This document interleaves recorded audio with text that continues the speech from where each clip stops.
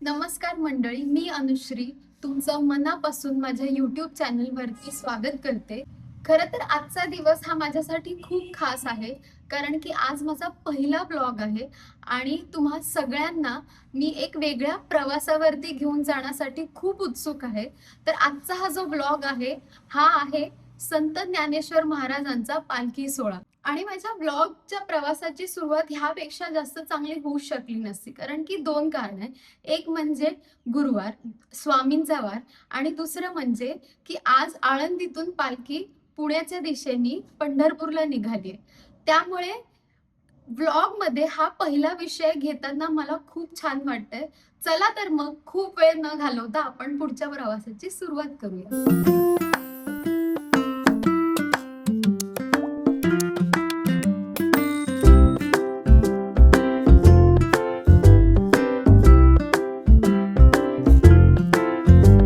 Get ready with me for the पालखी सोहळा of 2026. तर आज तुम्ही माझ्यासोबत पुण्यातली पालखी आणि त्याचा अनुभव कसा असतो याच्यासाठीचा एक मी ब्लॉग हा जो बनवतीये, तर तुम्हाला तो अनुभवायला मिळेल. आणि मी आता रेडी होतीये, कारण मला असं वाटतं खूप उशीर झालाय. मी ह्या आधी पण बऱ्याचदा पालखीला गेले, पण तेव्हा मी कायम कुर्ता किंवा ड्रेस असं घातलंय. यावेळेस पहिल्यांदा असं झालंय की मी साडी नेसते. आणि ही साडी थोडी स्पेशल सुद्धा आहे, कारण की मी ऍक्च्युली दुसरी साडी काढली होती नेसायला, पण मला ती काही फार आवडली नाही. पण माझ्या आईंकडे म्हणजे माझ्या सासूंकडे खूप सुंदर साड्यांचं कलेक्शन आहे, आणि त्यातनं मी ही ही ती एक साडी आज पुरता मी ढापलेली आहे. आणि आता मी रेडी झालेली आहे. तर आता आपण बाकीची तयारी करू आणि निघूया. तर आता मी माझ्यासोबत 3-4 महत्त्वाच्या गोष्टी घेतेय. ते म्हणजे एक माईक, गर्दीमध्ये माझा आवाज तुमच्यापर्यंत पोहोचावा म्हणून सगळ्यात महत्त्वाचं. दुसरं आहे पॉवर बँक इन केस जर माझी बॅटरी ड्रेन झाली तर. तिसरं आहे सेल्फी स्टिक, आणि मेन फोन ज्याच्यावरनं मी शूट करतेय. आम्ही निघालोय टू व्हीलर वरती, कारण की बऱ्याच ठिकाणी रस्ते बंद केलेले असतात, रस्ते फिरवलेले असतात. त्यामुळे टू व्हीलरनी जितक्या जवळ आपण पोहोचू शकू तितका आपण प्रयत्न करू.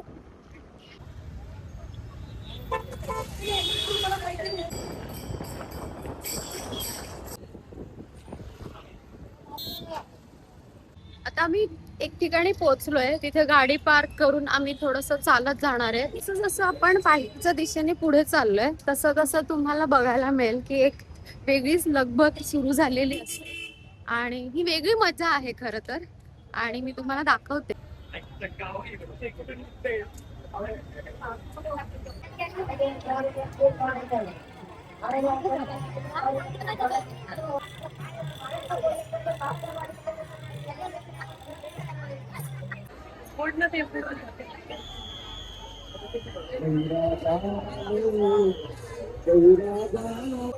मस्तकावरती जेव्हा हा टिळा लावला जातो आणि ती जी फिलिंग आहे की असं वाटतं की आपण एक त्यांच्यातलेच आहो, आणि त्यांच्यात सामील झाल्यासारखी जेव्हा ही भावना आपल्यामध्ये येते तेव्हा खूप छान वाटतं. आणि मी हा मस्तकावरच्या ह्या टिळ्याबद्दल मी शब्दात तुम्हाला वाटतं हे नाही सांगू शकत.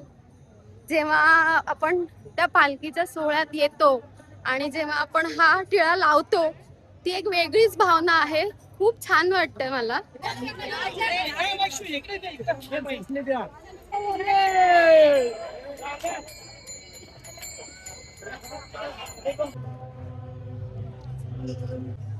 चार दिवसापासून इथे एवढा पाऊस पडलाय आणि आज इतकं ऊन पडलंय की म्हणजे चटके बसताय. पण खरे तर हीच देवाची किमया आहे, जे मी लहानपणापासून बघत आलेली आहे की इतर दिवशी खूप पाऊस पडतो, म्हणजे कालपर्यंत इथे एवढा पाऊस पडलाय की पलीकडेच ह्या रस्त्याच्या पलीकडे एक नदी जाते, तिथे देखील एवढा पूर आला होता आणि लोकांच्या घरात पाणी शिरलं होतं. पण आज बघा, तीच लोक सगळं सोडून ह्या वारकऱ्यांसाठी, पालखीसाठी, पालखीचा सोहळ्याचा उत्सव साजरा करण्यासाठी तितकेच उत्सुकतेने सगळे सामील होतात. आणि ही खरं तर खूप मजेशीर गोष्ट आहे जी मी अनुभवते आणि मला खूप छान वाटते तुम्हाला हा अनुभव माझ्यासोबत सांगताना आणि दाखवताना सुद्धा.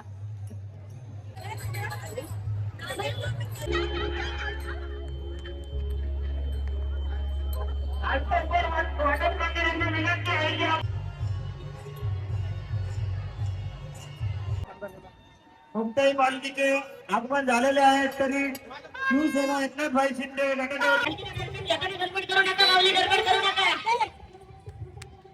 त्यांच्या पालखीचं आगमन झालेलं आहे. कांतवाडीवरून पुढे जेव्हा आपण येतो तेव्हा तिथे दत्त मंदिर म्हणून एक ठिकाण आहे.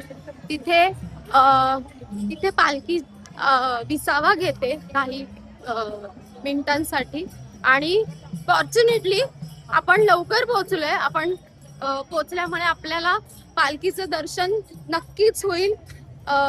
त्यामुळे आपण वाट बघूया आता पालखी येण्याची.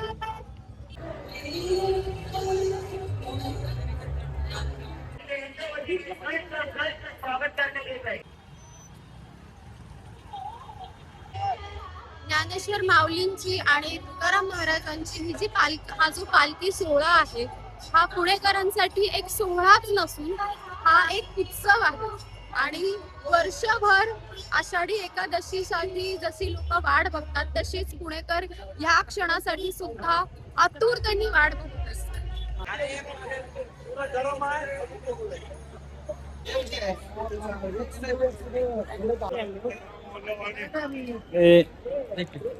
दत्त मंदिरातून ही पालखी निघते कारण की तुताऱ्या वाजलेल्या आहेत. त्या अर्थी ती आता परत पुण्याच्या दिशेने निघणार आहे.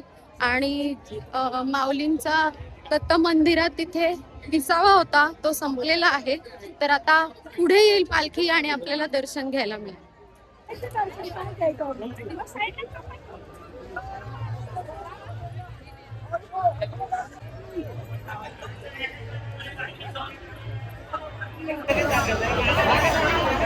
आणि जवळ सांगतो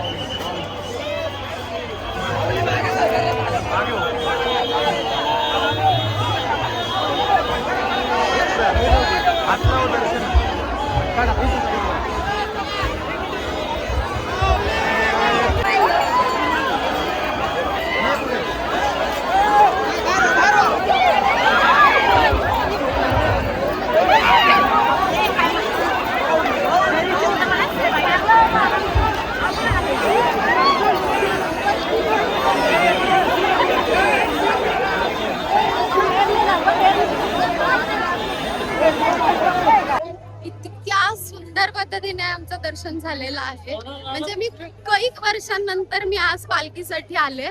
पण हा जो क्षण आहे मी शब्दात सांगू शकत नाही. खूप सुंदर दर्शन झालंय. मला खूप मजा येते. कृपया खेळाची साधन रस्त्यावर टाकू नका. लहान मुलांना सांभाळा, दागदागिने सांभाळा. तुम्ही इथे बघाल आपले जे वारकरी आहेत त्यांच्या चपला जेव्हा तुटतात तर इथे हे मोफत मध्ये चपला शिवून देत आहेत. तर असं झाले आपले आजचे हे पालखीचे दर्शन आणि मला खूप आनंद होतोय की मी आजचा दिवस निवडला आहे. पहिला ब्लॉग माझा माऊलींच्या दर्शनापासून सुरू केलेला आहे त्यामुळे खूप छान वाटतंय. आणि दुसरं म्हणजे तुमचे खूप खूप आभार. जाता जाता लाईक करायला विसरू नका, सबस्क्राईब प्लीज करा, नक्की करा.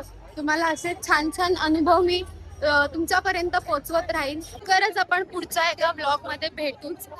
बेल आयकन क्लिक करायला विसरू नका, कारण की माझे जसे जसे नवीन ब्लॉग्स येतील तसं तसं तुम्हाला नोटिफिकेशन येत राहील.